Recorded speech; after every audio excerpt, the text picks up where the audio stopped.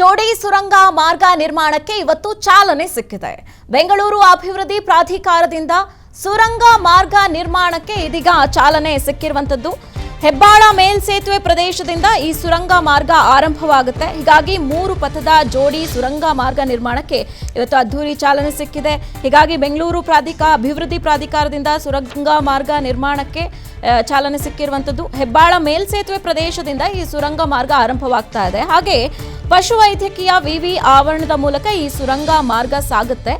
ಇನ್ನು ಯುಎಎಸ್ ಸಿಬ್ಬಂದಿ ವಸತಿ ಗೃಹಗಳವರೆಗೂ ಕೂಡ ಈ ಸುರಂಗ ಮಾರ್ಗ ಹೋಗುವಂಥದ್ದು.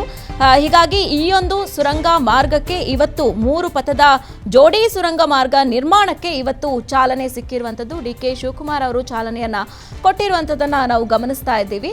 ಏನು 3 ಪಥದ ಜೋಡಿ ಸುರಂಗ ಮಾರ್ಗ ಅಂದರೆ ಬೆಂಗಳೂರಿನಲ್ಲಿ ಸಾಕಷ್ಟು ಸಂಚಾರ ದಟ್ಟಣೆ ಇದೆ. ಈ ಒಂದು ಸಂಚಾರ ದಟ್ಟಣೆ ಪರಿಹಾರವಾಗಿ ಇದೀಗ ಬಿಡಿಎ ಈ ಒಂದು 3 ಪಥದ ಜೋಡಿ ಸುರಂಗ ಮಾರ್ಗಕ್ಕೆ ಅಧಿಕೃತ ಚಾಲನೆಯನ್ನ ಇವತ್ತು ಕೊಟ್ಟಿರುವಂಥದ್ದು. ಅದನ್ನ ನಾವು ಗಮನಿಸ್ತಾ ಇದ್ದೀವಿ. ಹೆಬ್ಬಾಳ ಜಂಕ್ಷನ್ ನಿಂದ ಮೇಕ್ರಿ ಸರ್ಕಲ್ ವರೆಗೆ ಈ ಸುರಂಗ ರಸ್ತೆ ಇರುತ್ತೆ. ಒಟ್ಟು 2.2 ಕಿಲೋಮೀಟರ್ ಉದ್ದದ ಜೋಡಿ ಸುರಂಗ ಮಾರ್ಗ ಇದಾಗಿರುತ್ತೆ. ಏರ್ಪೋರ್ಟ್ ಯಲಹಂಕಗೆ ಹೋಗುವ ಸವಾರರಿಗೆ ಇದು ಸಾಕಷ್ಟು ಅನುಕೂಲ ಆಗುತ್ತೆ. ಅಂದರೆ ಟ್ರಾಫಿಕ್ ಇಲ್ಲದೆ ಹೋಗೋದಕ್ಕೆ ಎಲ್ಲ ರೀತಿಯಾದಂಥ ಅನುಕೂಲ ಮಾಡಿಕೊಡುತ್ತೆ. 1199 ಕೋಟಿ ವೆಚ್ಚದಲ್ಲಿ 18 ತಿಂಗಳಲ್ಲಿ ಕಾಮಗಾರಿ ಮುಗಿಸುವಂಥ ಗುರಿಯನ್ನು ಇದೀಗ ಬಿಡಿಎ ಹೊಂದಿರುವಂಥದ್ದು. ಜೊತೆಗೆ ಏನು ಬಿಸ್ಮಾಯಿಲ್ ನೇತೃತ್ವದಲ್ಲಿ ನಡಿಲಿಕ್ಕಿದೆ ಈ ಒಂದು ಸುರಂಗ ಮಾರ್ಗ ಕಾರ್ಯ.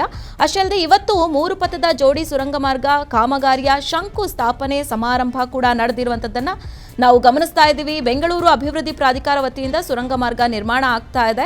ಹೆಬ್ಬಾಳ ಮೇಲ್ಸೇತುವೆ ಪ್ರದೇಶದಿಂದ ಪಶುವೈದ್ಯಕೀಯ ವಿಶ್ವವಿದ್ಯಾಲಯಕ್ಕೆ ಈ ಒಂದು ಒಳಮಾರ್ಗ ಹೋಗುವಂಥದ್ದು. ಹಾಗೆ ಟ್ರಾಫಿಕ್ ದಟ್ಟಣೆಯಿಂದ ಸಾಕಷ್ಟು ರಿಲೀಫ್ ಕೂಡ ಈ ಒಂದು ಸುರಂಗ ಮಾರ್ಗ ಆದ್ಮೇಲೆ ಸಿಗ್ಲಿಕ್ಕಿದೆ.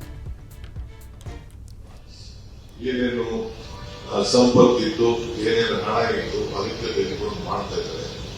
ಸೊ ಅದಕ್ಕೆ ಅವರಿಗೆ ಸಂದರ್ಭದಲ್ಲಿ ಬಿಡಿಎ ಮತ್ತು ಚೇರ್ಮನ್ ಮತ್ತು ಅವರೆಲ್ಲ ಅಧಿಕಾರಿಗಳು ನಾನು ಅಭಿನಂದಿಸಲಿಕ್ಕೆ ನಾನು ಬಯಸ್ತಾ ಇದ್ದೇನೆ.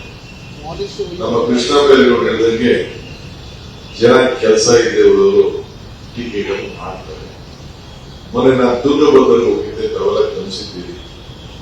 ನಾನು ಗೇಟ್ 19ನೇ ಗೇಟ್ ಕಿತ್ತೋದಾಗ ಏನ್ ಮಾತಾಡಿದ್ದೆ ವಿರೋಧ ಮಾಡಿದ್ದೆ, ಟೀಕೆ ಮಾಡಿದ್ದೆ ತಕ್ಷಣ ಹೋಗಿ ಬರೀ ಒಂದು 10 ದಿನದಲ್ಲೇ ಒಂದು ಗೇಟ್ಗೆ ಬದಲಾವಣೆ ಮಾಡಿದೆ. ಅವತ್ತೇ ತೀರ್ಮಾನ ಮಾಡಿದೆ 19 ಗೇಟ್ಗಳನ್ನು ಕೂಡ ಬದಲಾಯಿಸಬೇಕು ಅಂತ. ಇಡೀ ರಾಜ್ಯದ ಗೇಟ್ಗಳನ್ನು ಕೂಡ ಬದಲಾವಣೆ ಮಾಡಬೇಕು.